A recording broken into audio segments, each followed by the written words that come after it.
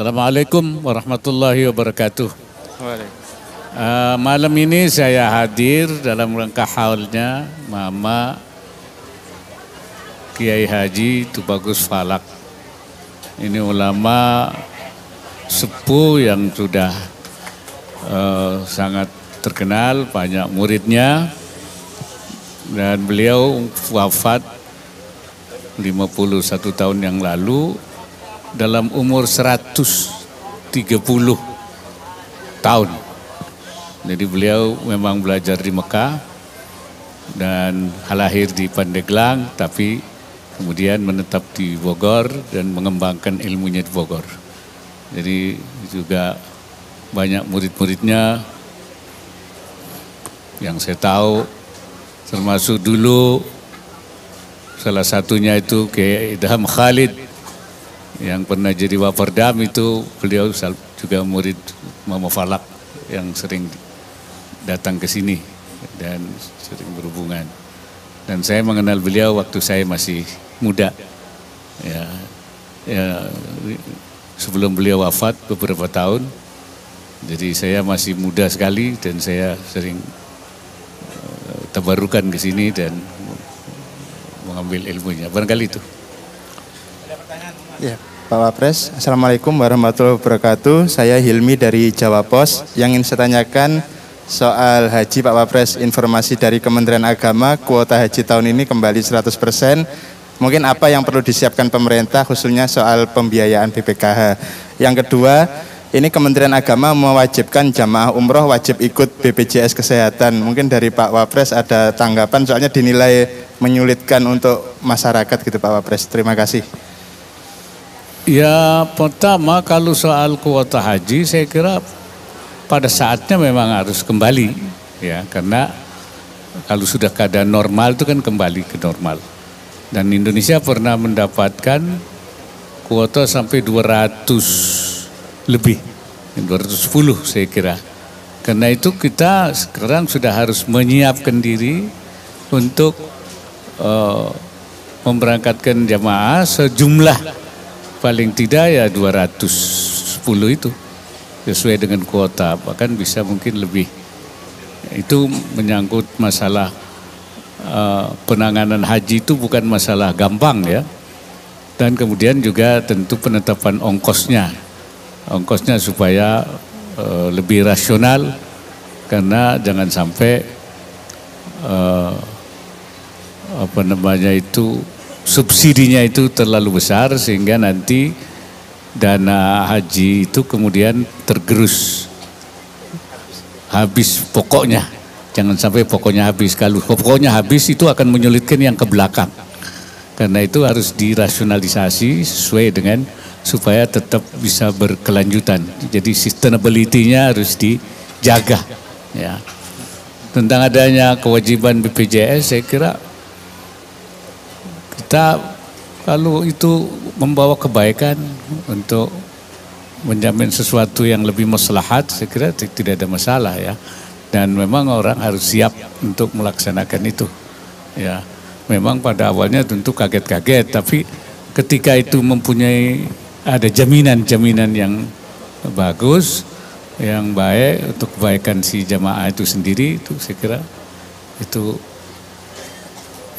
seharusnya ya harus bisa diterima. Kita lihat nanti perkembangannya. Ya. Izin Pak, saya Fauzia dari Republika Pak, ingin bertanya terkait Menteri Keamanan Israel yang memasuki halaman Masjid Al-Aqsa ini Pak, kan dinilai provokasi gitu dan melanggar status quo di Yerusalem dan Al-Haram. Kalau dari pemerintah Indonesia sendiri seperti apa Pak sikapnya dan desakan kepada PBB seperti apa? Terima kasih. Kalau Indonesia kan sudah jelas mendukung Palestina dan supaya solusinya adalah two state solution ya, solusi dua negara, dan juga supaya mematuhi berbagai kesepakatan internasional. Nah, kalau ini melanggar kesepakatan internasional itu akan bisa menimbulkan, itu juga harus diperingatkan. Dan saya minta Indonesia, saya kira sudah membuat nota untuk itu, dan kita minta PBB sudah mengambil langkah seperti itu supaya memperingatkan supaya jangan ada pelanggaran-pelanggaran terhadap kesepakatan yang sudah ada ya dalam rangka menjaga ketenangan. Ya kita sudah dalam keadaan situasi tidak baik-baik saja. Sudah ada perang Rusia, perang Ukraina, jangan ditambahin lagi nanti dunia ini akan dihebohkan dengan hal-hal yang baru yang mengganggu ketenangan. Ya. Cukup. Selamat malam Pak Wapres, saya Indri dari Media Indonesia. Pak Wapres, saya ingin menanyakan mengenai vaksin untuk anak dan balita. Kabarnya akan digratiskan Pak, nah skemanya seperti apa sih Pak dan kapan akan diimplementasikan? Terima kasih. Ya ini pemerintah memang sudah, karena kita sudah masuk kepada pencabutan PPKM, maka masalah vaksinasi ini harus lebih ditingkatkan. Selain booster, ya supaya kekebalan ya masyarakat ini makin merata, maka juga masalah vaksin anak-anak. Dan itu pemerintah sudah bertekad untuk digratiskan. Ya, kita sudah selain punya vaksin yang juga dari impor, kita juga sedang memproduksi vaksin dalam negeri untuk memenuhi kebutuhan kita dalam negeri. Saya kira itu memang ini bagian daripada upaya untuk kekebalan publik kita. Barangkali itu ya. Izin Pak, satu lagi Pak, Gita Irawan dari tribunnews.com Pak, mau tanya terkait belakangan ini kan ada partai yang mengibarkan bendera di masjid gitu Pak, sikap pemerintah sendiri seperti apa Pak ke depannya khususnya? Iya, saya pikir itu sudah ada aturannya ya, bahwa tidak boleh kampanye di kantor pemerintah, di tempat-tempat ibadah dan di tempat pendidikan. Itu saya kira sudah ada, karena itu semua partai harus ya mematuhi itu, dan saya dengar sudah diperingatkan itu, karena memang kita supaya tidak boleh menggunakan itu. Dan masjid itu kan jamaahnya aspirasi politiknya juga belum tentu satu kan, banyak. Nah, kalau nanti datang satu partai kemudian terjadi nanti partai lain datang lagi, atau jamaahnya kemudian menjadi berantakan atau bubar, itu tidak maslahat. Di dalam keutuhan jamaah juga tidak baik, dan kemudian juga aturan juga tidak membolehkan. Barangkali itu.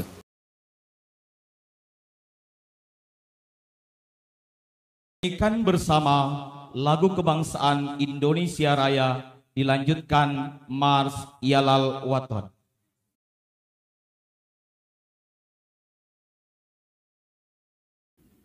Assalamualaikum warahmatullahi wabarakatuh.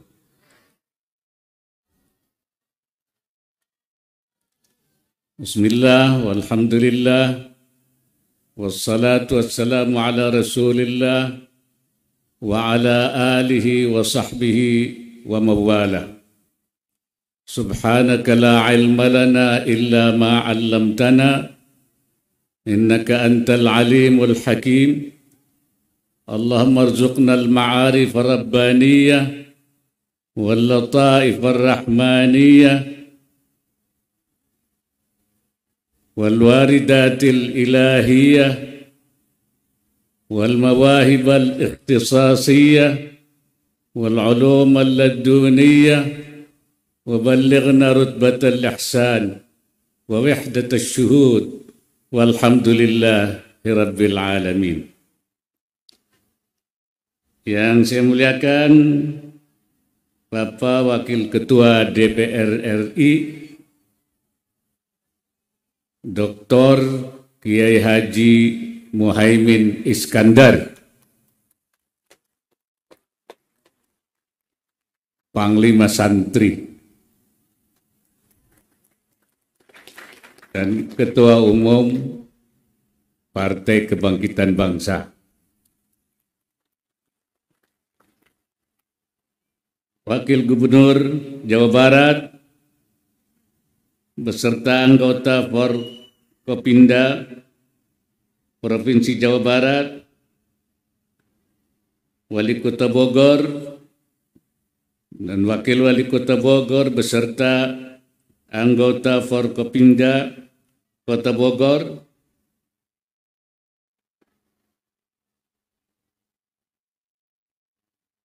Ketua Yayasan Al-Falaq, Bagus Kiai Haji Fauzan, dan juga seluruh keluarga Bani Falaq, terutama Tubagus Rahmatullah Tahir Falaq, para habaib, para ulama al-kiram wa habaibana al-afadil, wabil khusus Syekh Fadil Al-Hasani Al-Jailani,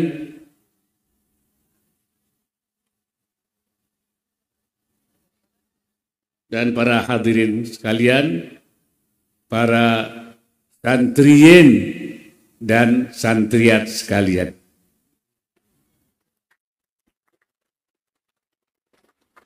Alhamdulillah, malam ini saya bisa hadir dalam rangka haul al-maghfurlah al-alim al-allamah Mama Kiai Haji Tubagus Muhammad Falaq Abbas. Dan saya masih pernah melihat beliau ketika beliau masih hidup. Alhamdulillah. Kalaupun sudah sepuh, mudah-mudahan dapat barakahnya. Amin. Beliau seorang ulama dan seorang pejuang yang patut menjadi contoh teladan bagi kita.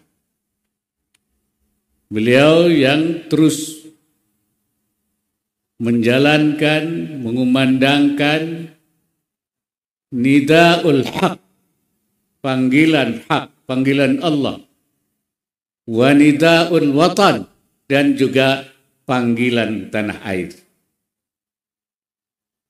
Sebagai ulama, beliau adalah warasatul anbiya,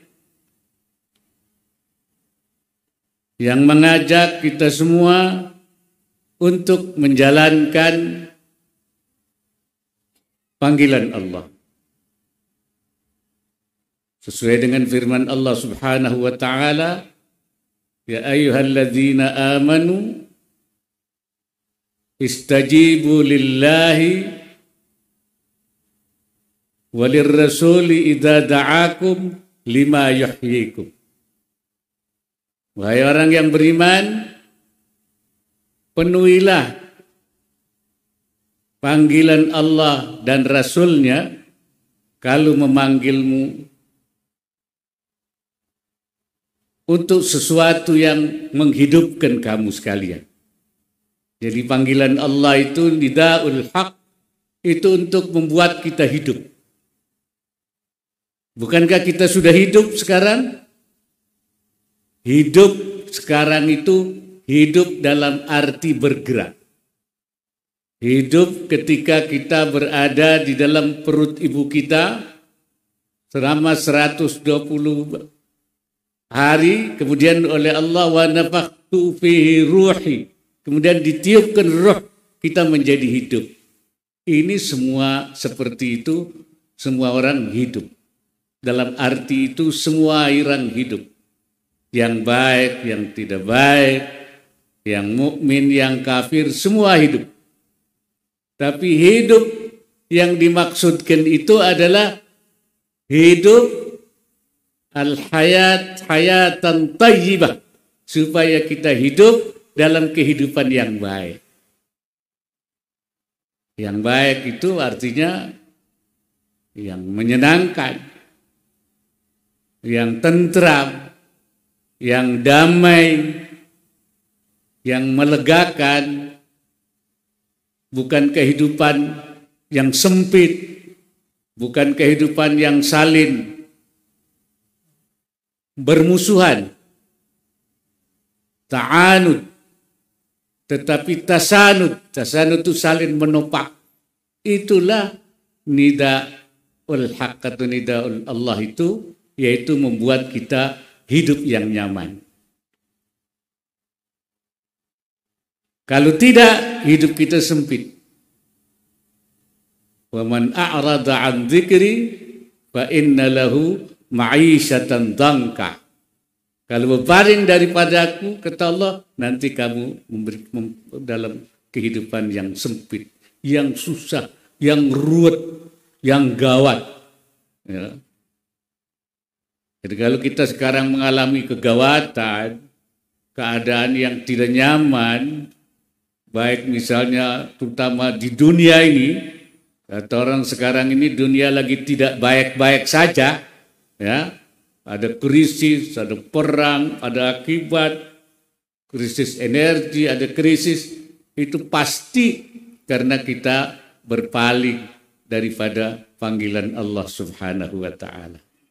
Ini saya kira yang harus kita ikuti ajakan-ajakan beliau ketika beliau masih hidup, mengajak kita. Kita dipanggil oleh Allah memang dengan panggilan apa? Ya Bani Adam, wahai anak cucu Adam. Tapi banyak yang tidak mendengar. Mungkin dia merasa bukan anak cucu Adam. Ya. Sebab dulu ada yang bilang manusia ini asalnya dari monyet. Nah, jadi itu perdebatan zaman dulu. Manusia itu asalnya mana? Dari Nabi Adam. Ada yang bilang dari monyet. Adam monyet, Adam monyet. Akhirnya apa? Kata orang Islam, begini saja. Kalau begitu, manusia ini asalnya dua. Yang satu asalnya dari Nabi Adam, turunannya orang Islam. Dan yang satu asalnya dari monyet, turunannya orang komunis. Habis disuruh ngaku Nabi Adam nggak mau, ya sudah. Kalau begitu turunan. Makanya ketika dipanggil oleh Allah, ya Bani Adam ya la yaftinannakum musyaitanu kama akhraja abawaikum minal jannah. Wahai anak Adam, kamu jangan terfitnah oleh setan yang dulu pernah mengeluarkan orang tua kamu Adam dan Hawa dari surga. Dia nggak dengar, mungkin dia bukan anak cucu Adam, jangan-jangan dia anak cucu monyet.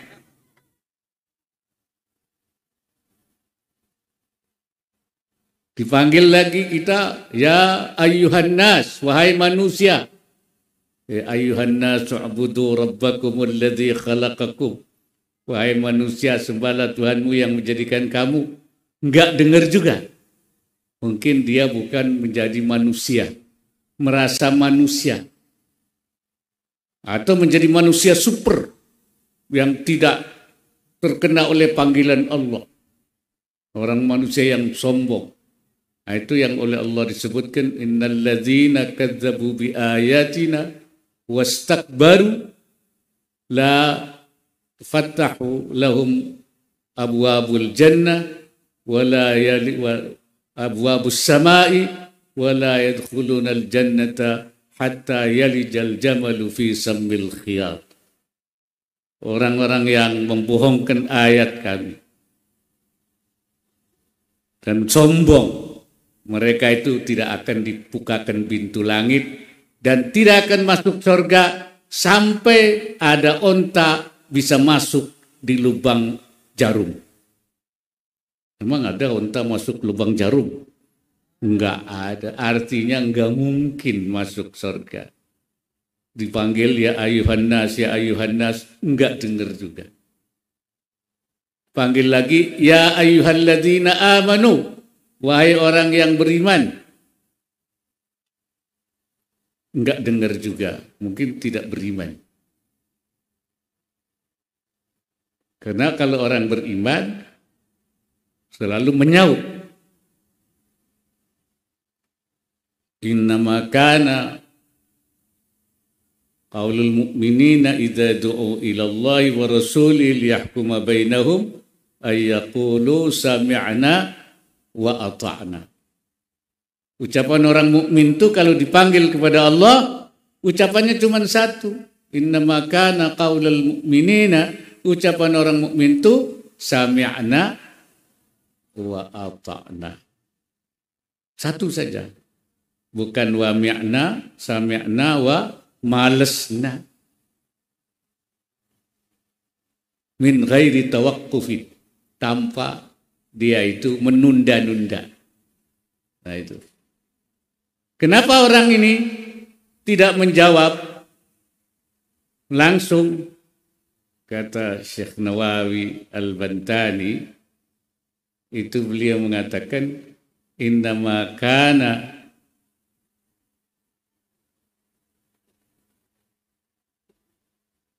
al-abdu mujiban min ghairi tawaqqufin inda zawali awsafihil munaqidati li'ubudiyyatihi. Jadi orang itu bisa menjawab min ghairi tawaqqufin, panggilan Allah, kalau sifat-sifat di dalam dirinya yang menghalangi pengabdiannya kepada Allah itu hilang. Jadi kalau orang belum bisa menjawab karena sifatnya belum hilang, sifat buruknya, sifat kemanusiaan yang buruknya itu, sombongnya, misalnya itu angkuhnya, tamaknya, itu belum hilang. Kalau sudah hilang, baru dia menjawab min ghairi tawaqqufin, tanpa menunda-nunda. Itulah sebabnya oleh Imam Ibnu Athaillah katakan ukhruj min awsafi basyariyatikal al-munaqidati li'ubudiyyatika. Ukhruj min awsafil bashar min awsafi basyariyatika an wasfin munaqidin li'ubudiyyatika litakuna nida'at mujiban linida'il haqqi mujiban wa min hadratihi qariban. Keluarlah kamu dari sifat kemanusiaanmu yang menghalangi kamu untuk beribadah kepada Allah, supaya kamu bisa mujiban, yaitu memenuhi panggilan Allah, dan wa min hadrati qariban, dan dekat dari hadratnya. Inilah panggilan Allah yang disampaikan oleh para ulama, oleh Mama Falak dulu ketika hidupnya. Saudara-saudara sekalian, tapi Mama Falak ini juga seorang pejuang. Yaitu mengajak kita untuk mujiban lidina'il watan, panggilan tanah air. Karena para ulama menganggap tanah air itu hubbul watan minal iman. Yalal watan, yalal watan, yalal watan, hubbul watan minal iman.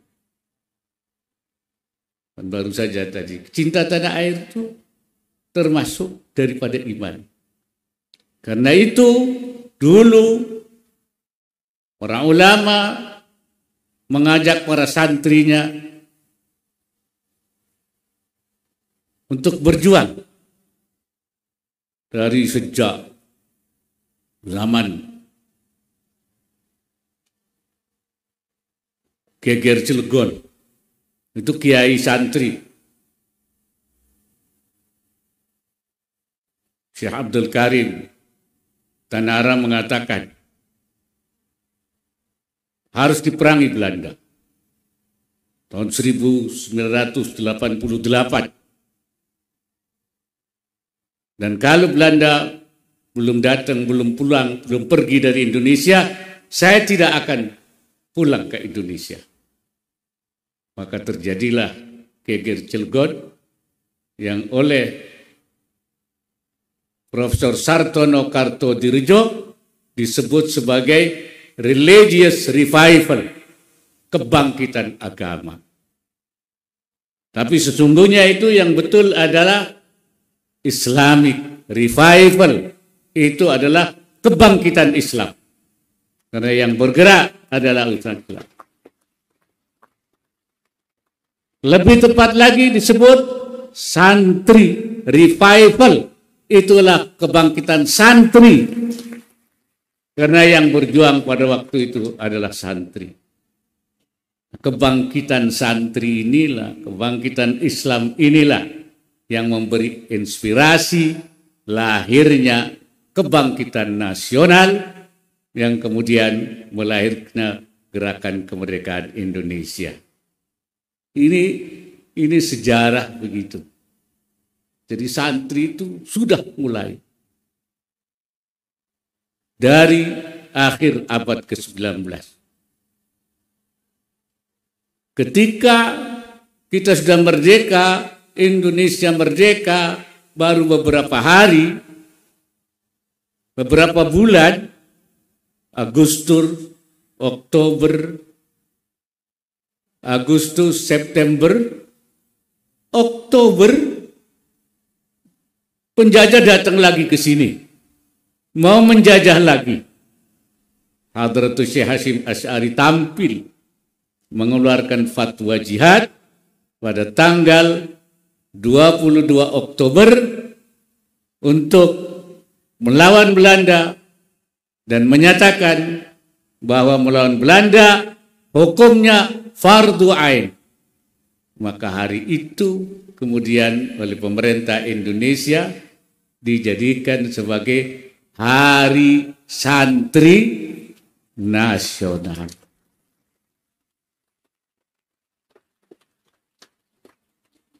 Alhamdulillah dengan fatwa jihad itu lahirlah 10 November, perang Surabaya dan Belanda dapat diusir. Indonesia tetap merdeka sampai sekarang. Ini momen-momen penting. Itu semua adalah dalam rangka memenuhi panggilan tanah air. Oleh karena itu, ulama-ulama mutaakhirin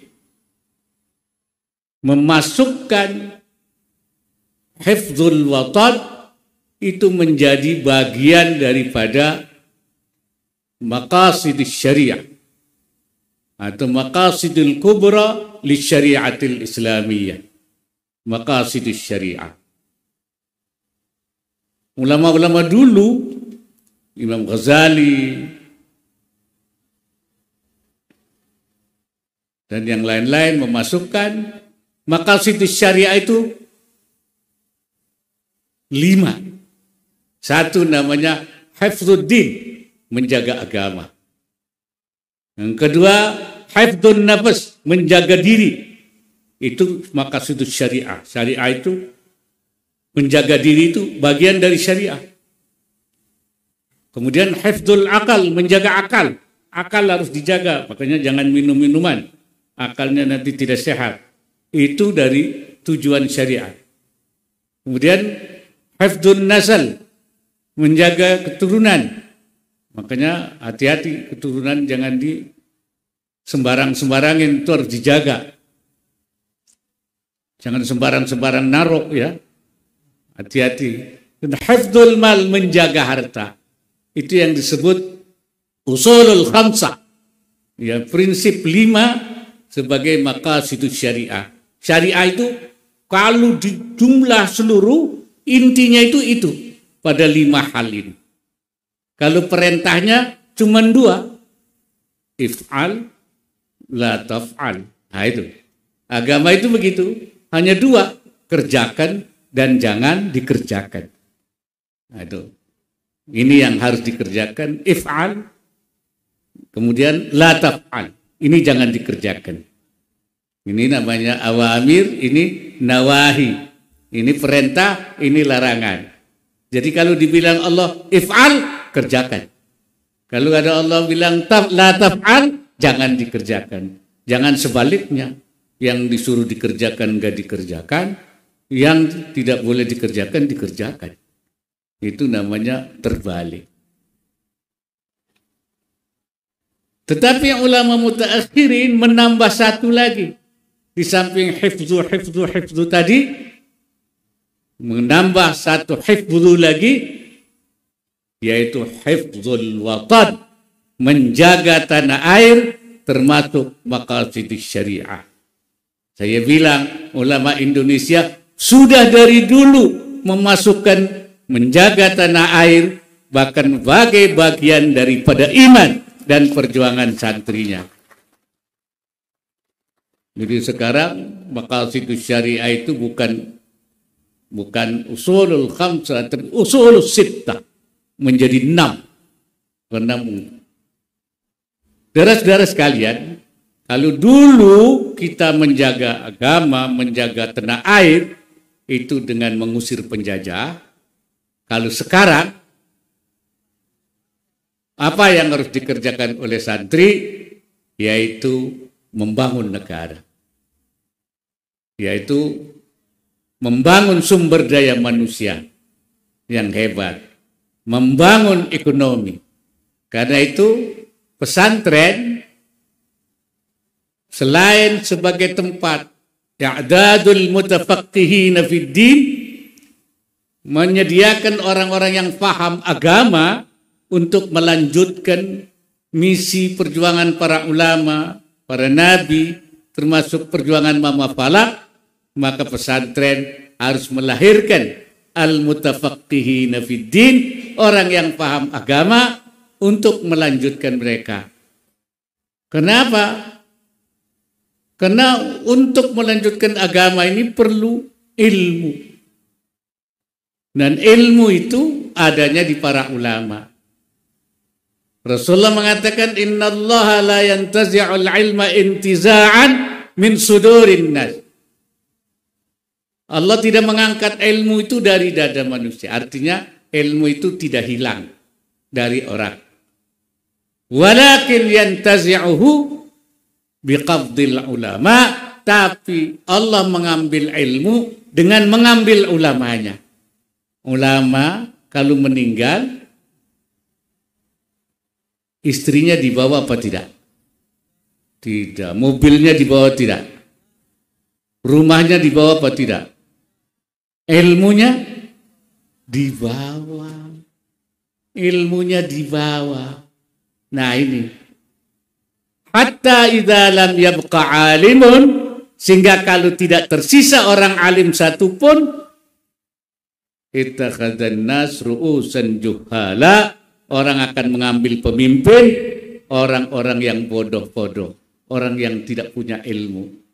Idza su'ilu aftau bi ghairi ilmin, kalau ditanya memberi fatwa tanpa ilmu, fadallu wa adallu, maka mereka sesat dan menyesatkan.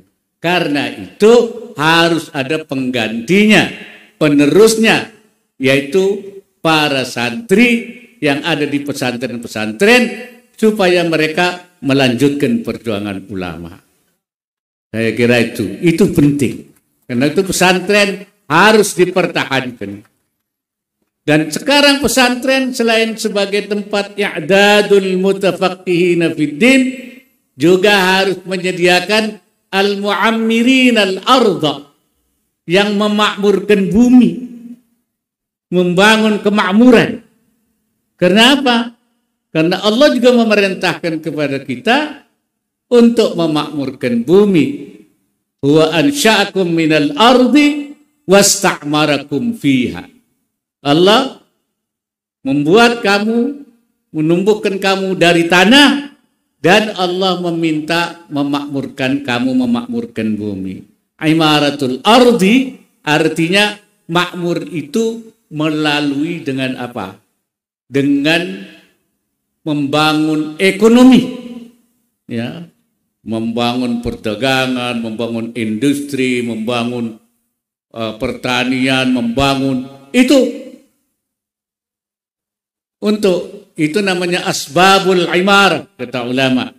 Sebab kemakmuran itu harus ada upaya-upaya mengembangkan ekonomi. Katanya Syekh Nawawi, imaratul ardi itu, innallaha amara nabi imarati hadzal dar ubudiyatan wa ibadatan wa adatan. Allah memerintahkan kita untuk memakmurkan bumi ini sebagai ubudiyah, pengabdian, sebagai ibadah, dan sebagai adatan, kebiasaan.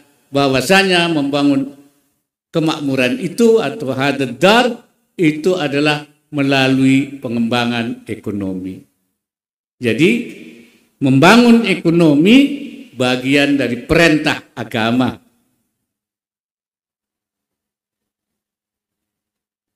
Oleh karena itu maka pesantren juga harus menjadi pusat pemberdayaan ekonomi masyarakat.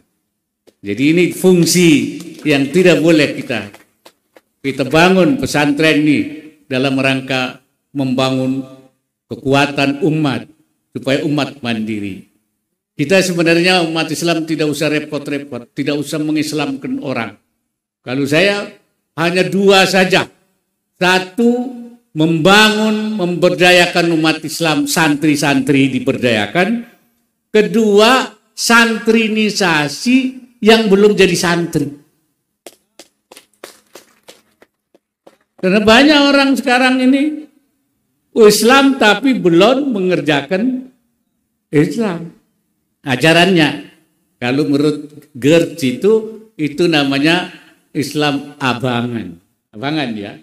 Iya, jadi Islam itu ada yang santri, ada yang Islam abangan. Nah, karena itu yang penting kita sekarang sudah 87% bangsa Indonesia ini Islam. Tinggal bagaimana sekarang mensantrikan yang abangan-abangan ini. Ya, santrinisasi abangan. Tidak perlu islamisasi, tapi cukup santrinisasi. Kemudian penguatan santri, takwiyatus santri, ya, di dalam pemberdayaan ekonomi. Karena itu pesantren harus dibangun menjadi basis ekonomi. Apalagi kita Indonesia memang sedang membangun sumber daya manusia, sedang membangun ekonomi masyarakat, ingin menjadikan Indonesia ini menjadi negara yang maju dan sejahtera.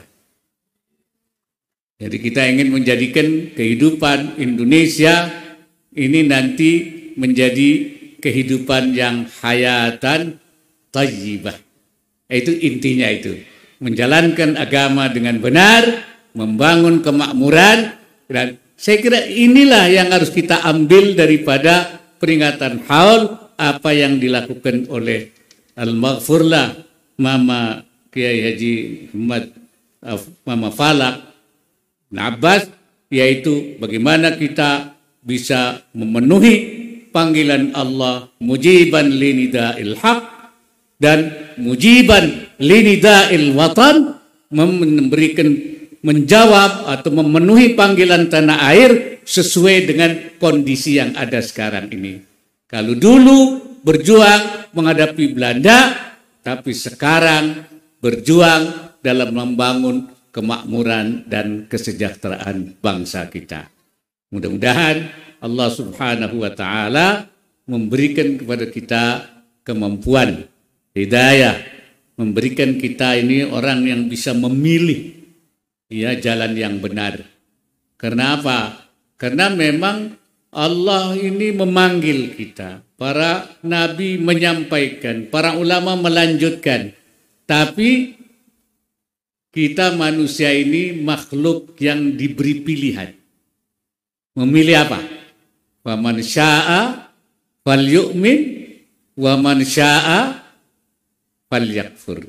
Jadi akhirnya bagaimana manusia ini bisa menerima panggilan itu, dan mudah-mudahan kita termasuk orang bisa memenuhi panggilan itu, yaitu mujiban linida'il haq wa mujiban linida'il watan. Itu inti daripada apa yang saya sampaikan.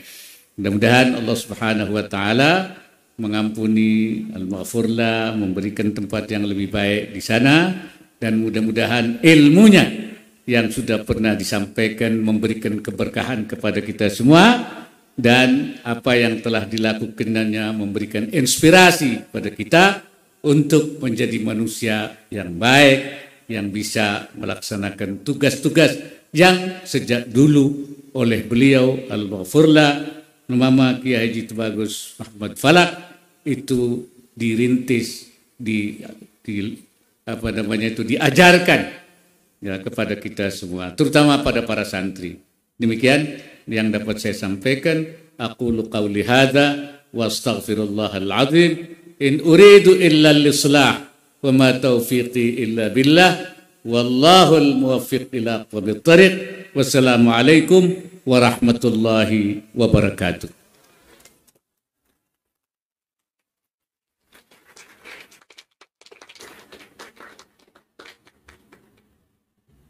بسم الله الرحمن الرحيم. جماعة الحاضرين، نعطي كتاب نهر القادرية حياة سيد عبد القادر الجيلاني، مؤلف من الفقير لفخامة الرئيس إن شاء الله أستاذ دكتور إن شاء الله معروف أمين حفظه الله ورعاه.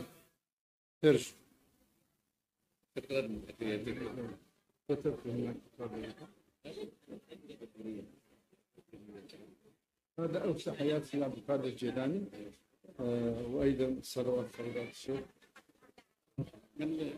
فقير.